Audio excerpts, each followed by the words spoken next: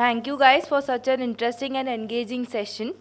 Now we will head to the debate competition.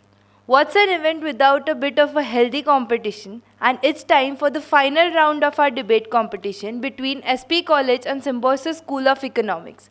These young minds are here to challenge each other with facts, arguments, and passion for change. Our esteemed judges for these rounds are Dr. Priyadarshini Karve, founder of Samuchit Envirotech and a CEO of Clean Energy Access Network. Her work has been instrumental in bridging the gap between technology, policy, and grassroots actions, making a lasting impact on both urban and rural communities.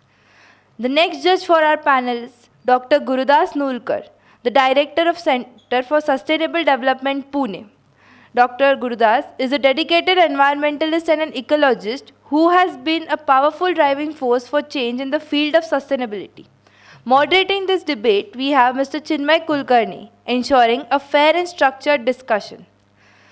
I'd now like to invite on stage Shambhavi, Yashodhara, and Yashwardhan from Symbiosis School of Economics and the team from SP College, Aditi Bhavsar, Harshada, and Asmi.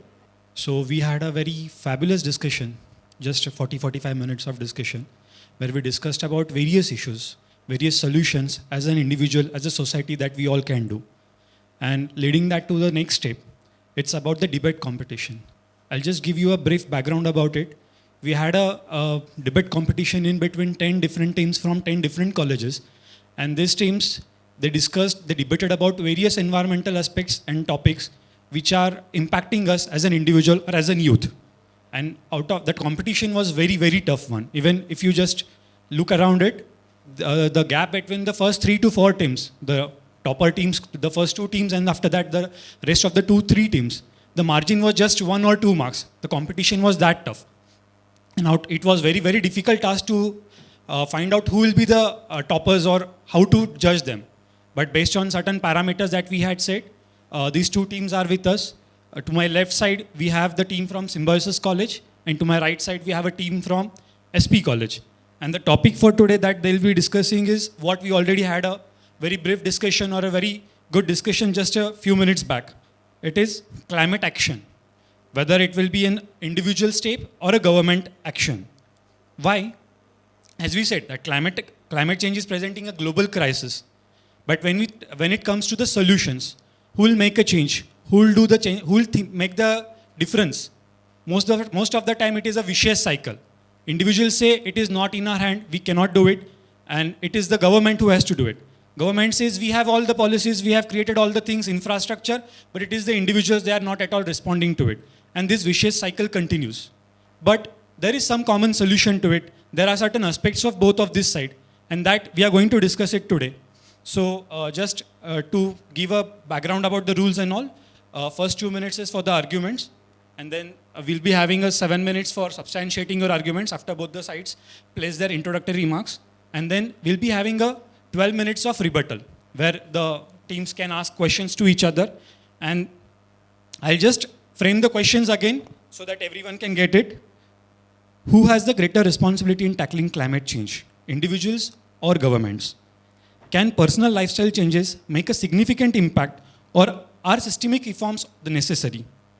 The third question is, should government impose stricter environmental regulations even if they affect economic growth? And the last one is, how can individuals influence government policies on climate change? So I request both the teams to stick to this topic, to the themes and the questions that we have framed in it. And to begin with, we'll start with the symbiosis. Namaskar. So we are from Symbiosis School of Economics.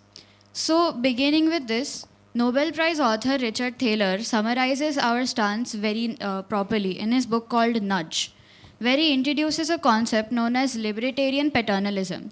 He says that government acts as the father of a nation and nudges individuals to create change that is impactful and sustainable.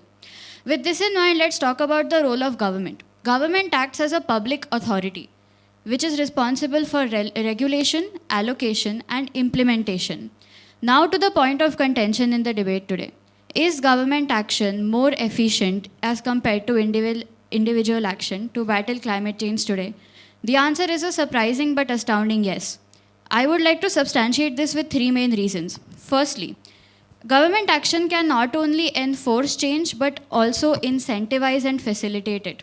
Sweden's carbon emissions tax, for example, they use a policy of polluter pays, and a high tax of 134 euros, along with strict implementation, has ensured a 38% decrease in carbon emissions in just mere 22 years. Secondly, large-scale impact also creates accountability.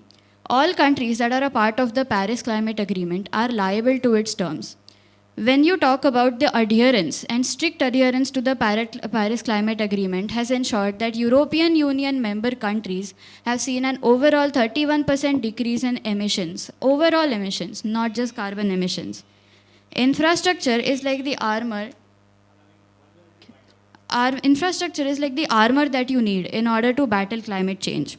Billions of dollars investment into Germany's renewable energy program has now ensured that 50% of Germany's electricity comes from renewable sources like wind and solar energy. These policies show that substantiative change requires government actions. They don't discredit individual action, but in fact encourage it as supplementary to government action. Every individual is encouraged to be a policymaker in their own right. However, at a critical time such as this, government action is final and substantiative, whereas individual action is supplementary and voluntary to all. Thank you. Before SP places its argument, first argument, I'll just tell to both the teams that we have 2 minutes, 7 minutes, and followed by rebuttal. So after just 1 minute reminder buzzer will be there, and after that the final buzzer. Make sure you make your arguments in the time-bound manner, and you don't exceed it to a large extent. Good afternoon, everyone. I would like to address this debate with a question to everyone. Just today, this morning, who of all of us can say that we have not negatively affected climate today? And generally speaking, the answer for every one of us is going to be no, because it's no for me. And herein lies the main argument, that we are the problems. Yes, we, the individuals, we, the society, is the problem. And we can be part of its solutions too. And therefore, today in my speech, I would be strongly advocating for individual actions. Because we believe that without having a change at the very grassroots level, at the very last unit of society, that is individuals, we can truly never have a change. Otherwise, we are just delaying the inevitable that is happening. To substantiate my example, I would like to give an example of Germany. They have one of the best recycling policy. And I don't need to elaborate why recycling is good for us. They recycle nearly 70% of the paper waste that is produced, highlighting how much positive impact this has on the afforestation. So, can the credit be solely placed on policy? No. It is the individuals, it is the citizens of Germany who implemented this policy. And without implementation, policy is just some words. I would like to move on and bring up another point, that there is this disenchantment among the top. This can be seen by recent failures of many climate conferences, or even taking a look at the budget. We are giving nearly 3,000 crore to the Environment, Forest and Climate Ministry, and then going on and spending 7 times more, I would repeat, 7 times more on the Ministry of Power. This highlights that there is no urgency. Hello. So now we'll move to the main argument. It will be of 7 minutes, and after 6 minutes there will be one buzzer alarm for the reminder. When we talk about climate change, the debate oftentimes tends to the individual action, which is using less plastic, or driving less, or using less consumption. But we often forget that the power lies within the government, and they hold the power to legislate on the companies. Many fossil fuel companies over the years like Shell, promote through advertisement that it is us who are the problem, but while always going unnoticed for their accountability. One of the examples would be fossil fuel companies patenting efficient energy engines that are never released so that the consumption never decreases. This can only be stopped by government interventions. There are many poor countries across the world that do not have the tools, resources, and the infrastructure to mitigate any climate risk or have transition from the traditional sources to the modern sources of renewable energy. Thus, we have governments across the world forming alliances like UNFCCC, United Nations Framework for Convention on Climate Change, or the GCF, which is the Global Climate Funds that fund countries which do not have these resources so that they can mitigate climate risk and fight climate change. One of the very beautiful example of this is Bhutan. Although Bhutan, being a poor country, is one of the only nation in the world that is carbon negative, net carbon negative. And this is only possible due to these government interventions. Coming to another point, which is a developed nation, such as UK. UK was one of the few countries that started the Industrial Revolution and had a devastating impact all over the world. But what happened in 1990? UK was among the top 10 nations around the world that had per capita emissions of carbon in top 10. What happened to it now? It is ranked 70. How did it happen? It was the government policies over the years that subsidized innovation in sustainability and research. It was the legislation that hindered the progress of the fossil fuel energy and incentivized the sustainable energies and renewable energies. And now, this claim is substantiated by its ranking in the CCPI, which is Climate Change Performance Index, which ranks it at 20. Let's talk about something which is near and dear to us, India. Whenever the winters come in northern India, where I come from, it becomes a smog chamber. And a report by Landslide Global Health projected that more people in India die due to bad air pollution than by cancer. Let that sink in. How can we remove this problem? One of the major contributors of this is the stubble burning that is happening in states of Haryana and Punjab, and it distributed in the western part due to western disturbances. How can we stop this? Government intervention of subsidizing the chemical decomposition process instead of burning them would help this. One of my favorite environmentalists and eco-feminists is Vandana Shiva. In one of her speeches, she said that do not let these capitalistic machinery let the pretext of individual action to shift the blame on us instead of the companies. Climate change is happening. There is no doubt in that. The cost is too heavy to bear, so immediate and bold actions are needed, which only government is capable of doing so. The problem we are facing is so big that we need global and long-term effects. And again, here the government provides better support. For example, implementing EV rebates in Norway. It was done in such a manner that now 80% of the newly sold cars are electric. This wasn't done because individuals became environmental conscious overnight, but government made policies that pushed both the consumers and the producers. Adopting sustainable practices without rules and regulations is just a choice, but not a duty. Let's be honest, who donates $1 if asked at the grocery store for the poor or the environmental changes? Or who even wants their food being delivered late when Swiggy shows that option of electric vehicles? Honestly, people won't until and unless government interventions are there. And hence, it has become necessary and practical here. Now, let's bring your attention to the consequences of no or less government intervention. Bhopal gas tragedy, we all know, world's worst industrial disaster where MIC gas was leaked by Union Carbide. Thousands suffocated and died overnight. 15 to 20K is the estimated figure. The effect is still visible. If stricter regulations were there, this catastrophe could have been prevented.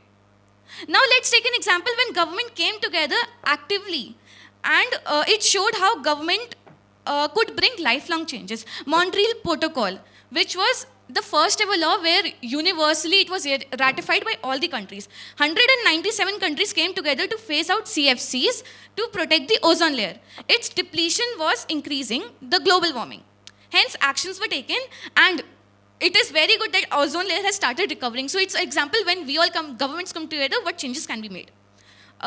Government action even shows the urgency of the implementation. Let's take our own country, India. Central government has started providing subsidies, 78K per kilowatt to the establishment of solar plants.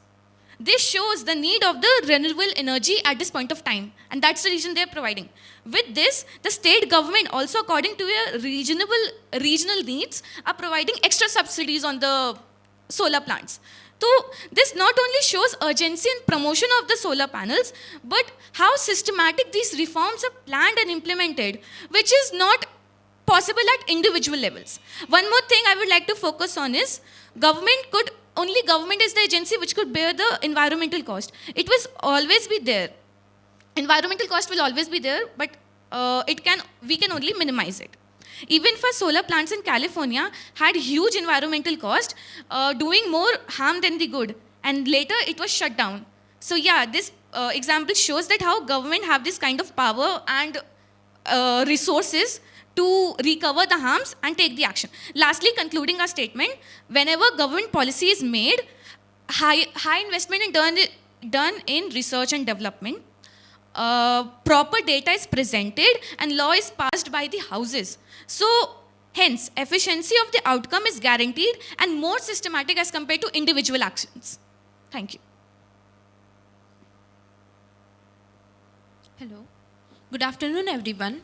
We often hear that one person alone cannot make a change. But history tells us otherwise.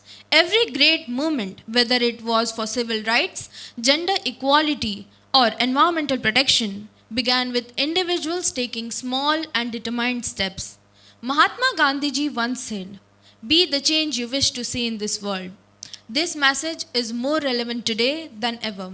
We must take responsibility for our actions and recognize the fact that the fight for climate change starts with us. It is not about waiting for governments to act or for corporations to change. It is about what we do every day. The food we eat, the way we travel, the products we buy, and the way we consume electricity. Everything leaves a carbon footprint behind. Imagine when millions of us will take small steps. No matter how small the action is, the ripple effect would be massive, and the world listens, and the real change happens. A journey of 1,000 miles begins with a very small step. What we do in the next few years will determine the fate of our future generations. We are the first generation to feel the impact of climate change, but if we do nothing at all, we might be the last one to inhabit this earth. Climate change is an urgent issue, and we cannot rely on slow-moving government policies and decisions before the situation gets out of our hands. In fact, individual action makes laws successful, proving that personal responsibility is the key. Laws can force compliance, but the real change happens when society changes its mindset. When one person educates their community about sustainability, it inspires the others to act, because together, we are not just individuals. We are a force strong enough to change the future of our planet. Adding to what my teammate has said, I would like the audience to think about this in a very conscious way. In a school, the same teacher teaches a subject to every student, but in the answer sheets, we do not say the same answer. So how do you expect that a government law should be followed by every individual, every citizen, every entrepreneur in the same way? No, but if you want that kid to give the correct answer, you can teach them in the right way. He will answer it correctly. Thus, to buy an electric vehicle, just incentivizing him isn't enough, but he should know the why behind it. Someone should know, why should I use this electric vehicle? It is not the Swiggy which tells you a 5-minute earlier delivery. It is the idea of the CEO of that company who knows you are going to get that attraction watching someone is getting you the parcel through electric vehicles. So we have it somewhere in our mind, in our head, that something is going to contribute over there. And today, there are multiple examples I can quote here. A 16-year-old kid, Boyan Slat, came up with this idea of using passive ocean currents to correct plastic waste in oceans. And today, the Great Pacific Garbage Patch has collected kilograms of plastic. In this world of fast fashion, as someone mentioned earlier, H&M and Zara, there is a person called Stella McCarthy who uses sustainable products, who used mushroom leather and recycled fabrics to provide you sustainable fashion, and this has inspired brands like Gucci and Prada to shift towards eco-friendly materials. Not just that, my opponent also mentioned about Vandana Shiva in India, of course, a great person who started Navadanya, which promotes organic farming and seed sovereignty. It resulted into millions of farmers taking and switching to sustainable agriculture. Today in India, organic farming, as mentioned earlier by the two Prithviraj sir and the other one, that we do not focus on what is actually what we are getting, but we like to pay if that is organic. Therefore, people like these try to make a shift towards sustainable agriculture. So it is not just limited towards paying more for the organic farming things, but it is more towards doing something towards it. Also, do you know about the UN's Trillion Tree campaign? It was started, or I may say it was influenced by a 9-year-old kid in Germany. He was Felix Frinkburn, a movement encouraging kids to plant trees to combat climate change. And that was similarly done in many other states by many other kids. I don't need to tell you what Greta Thunberg did. So there are many such individuals who have influenced the government policies. To add up to that, the anti-fracking movements in 2010 in the UK started by a few individuals, which resulted banning fracking by the British government. Also in USA, the same thing happened with the pipelines. We can see villages like Konama which are known as green villages, where the individuals, the citizens, are trying to work in a more effective and sustainable manner to combat climate change. Now, coming to a more local perspective, I mean, we talked about international, but what about India? Well, the name Navjivan Colony should hold a significance to all of us. It is a colony, a residence of 1,000 people who produce zero waste now. And let that sink in. That has a huge effect. Let's not go to Delhi, let's come to Pune. There is an individual called Miss Purnima Joshi who lives in Kalyani Nagar, who organizes weekly recycling drive. So what this shows is this individuals are making effort, and they are the real voice of change. Well, my opponents also mentioned that governments are like parents to us. Well, let me ask you this. Who is the government? Who is a democratic government? Well, the answer lies in its definition that the government is of the people, by the people, and for the people. So every government action in the end boils down to individual action. Without implementation of policies are just worthless. It is the individuals that implement. Also research. Research is an individual action done by someone so passionate about their area of subject, about environment. Individual action can have huge impact. We often minimalize it to using sustainable products or eco-friendly products, but no, it can be much bigger than what we anticipate. It can be all of us. No social change is possible without us, the masses, the final units of the society. We, the individuals, are the key to change.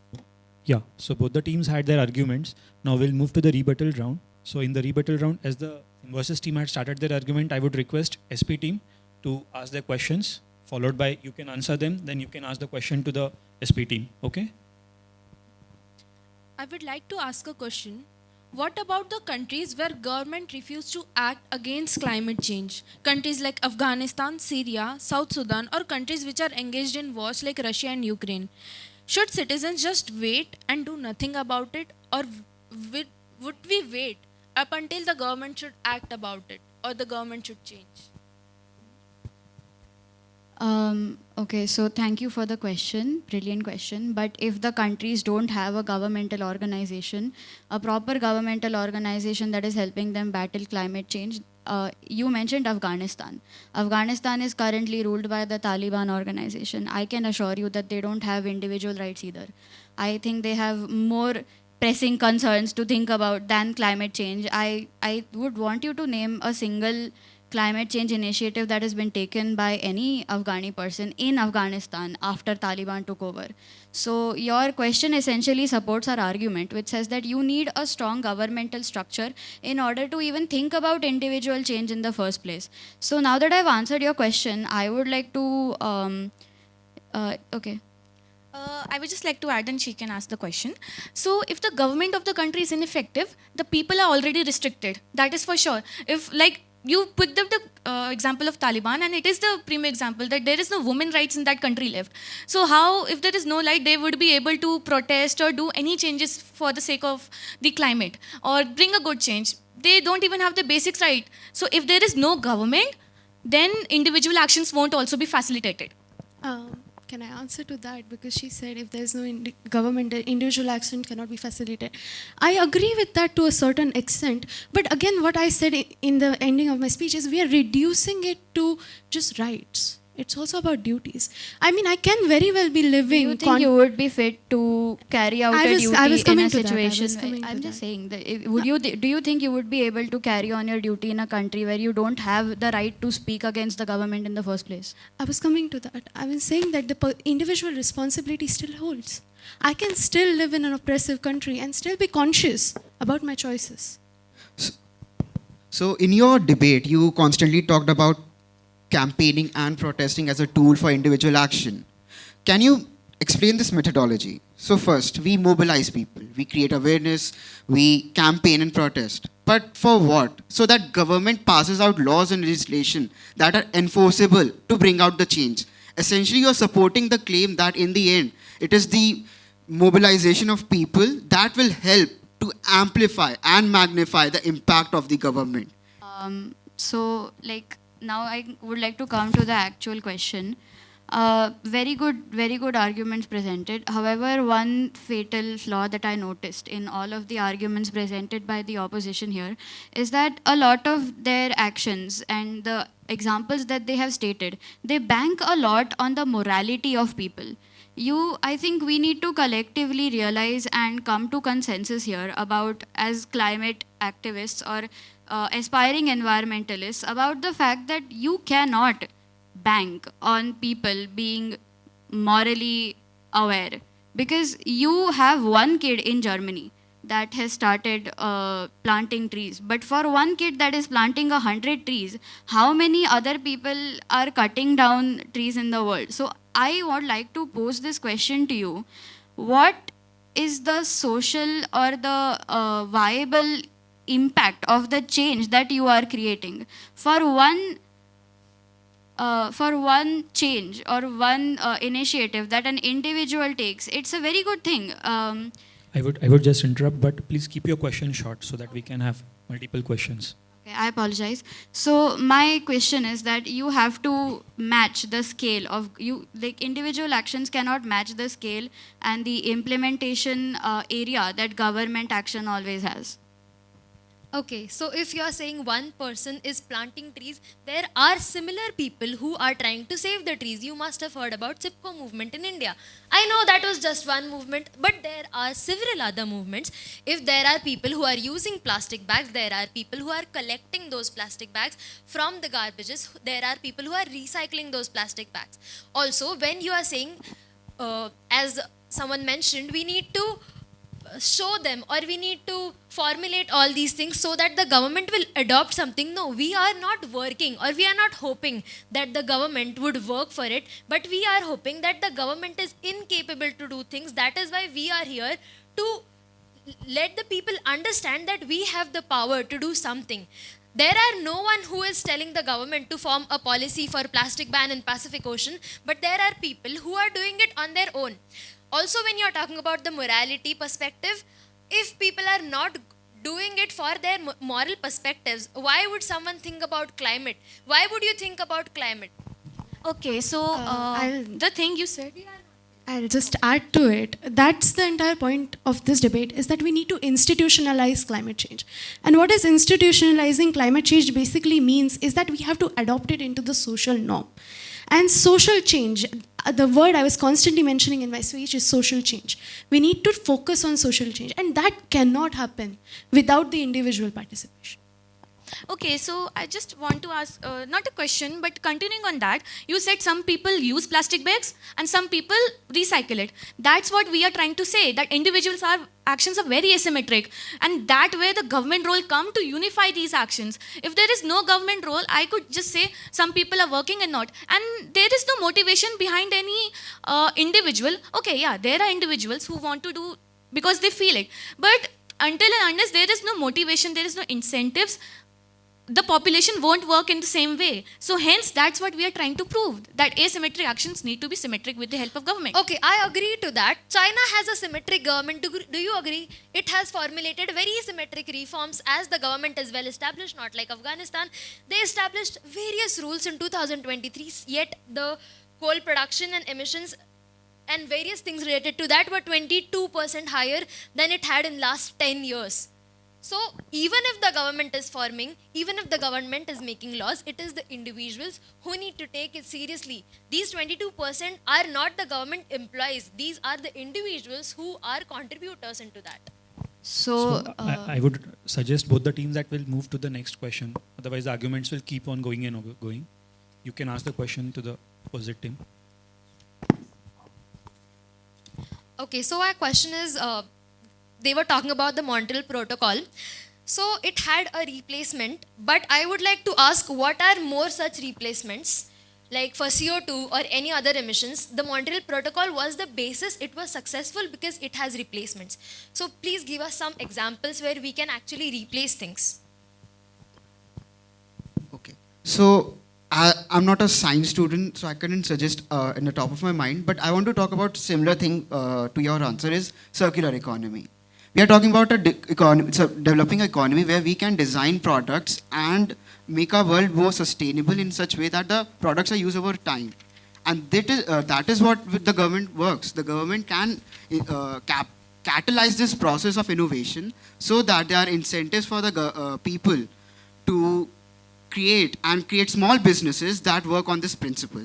When you talk about this idea that there's no alternative, it is because there weren't government enforcement, government incentives that pushed people towards the alternatives. But as we are moving to a more global world where we have platforms that have been formed, like UNFCCC, which has been formed by the global alliances of governments across the world, we are moving towards a more sustainable world where we are discussing of circular economy, where sustainable designing of products and alternatives. You're talking about circular economy. So let them complete it.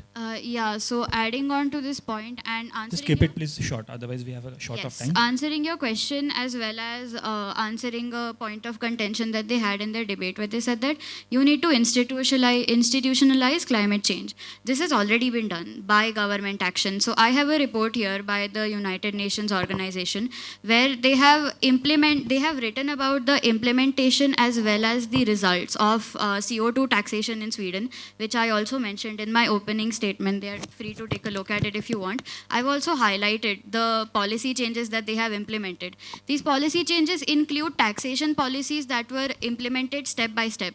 So you have essentially institutionalized climate change. Also talking about Germany, which they have also mentioned multiple times in their speeches, I have a report by the Federal Ministry of Economic Affairs and Climate Action from Germany, where they have essentially implemented policies that also bring individual change into action. So what point we are trying to make is that yes, individual action is extremely necessary. We personally believe that every individual is a policy maker in their own right. Every person is an institution in their own right for their own household. But is it more effective now? No, it cannot be, because we are looking at a time period where we need instant change. We need something to change really quickly by 2030 or 2050 in order to... I would just like to add to it. I will stop. Let her complete it and then we'll move to the next question. Other discussions will go on continuously otherwise. Sorry. So we were saying that there is a lot of importance to individual action. 100% agreed. But if we need to see changes by 2050, we need to focus on government action. Thank you. Okay, I would like to address 2 points. When you said about circular economy, who is it who are actively implementing circular economy? These are the people, industrialists, who choose to. And in the end, that will boil down to individual action. That's the thing, right? Every government action boils down to individual action. Again, when we're talking about institutionalization of climate change, no, we haven't institutionalized it. We have made policies, but that's not institutionalizing it. So you are talking about... Continuing, I would suggest both the teams that we have last 1 minute. You can sum up your arguments. Okay, so sum up our arguments. Yeah, sum up your arguments. But one thing I would like to add is, like the opposition team, in her speech only, she said that the policies are worthless. If policies were worthless, treaties and policies like Montreal Protocol had then no worth. We have Swachh Bharat Abhiyan in India. She was asking that about recyclable, who are the ones who enforce it? Definitely the people. The government is working for the people. So yes, they are the ones, but government is the facilitator. Just to sum up our argument in one word, in one sentence.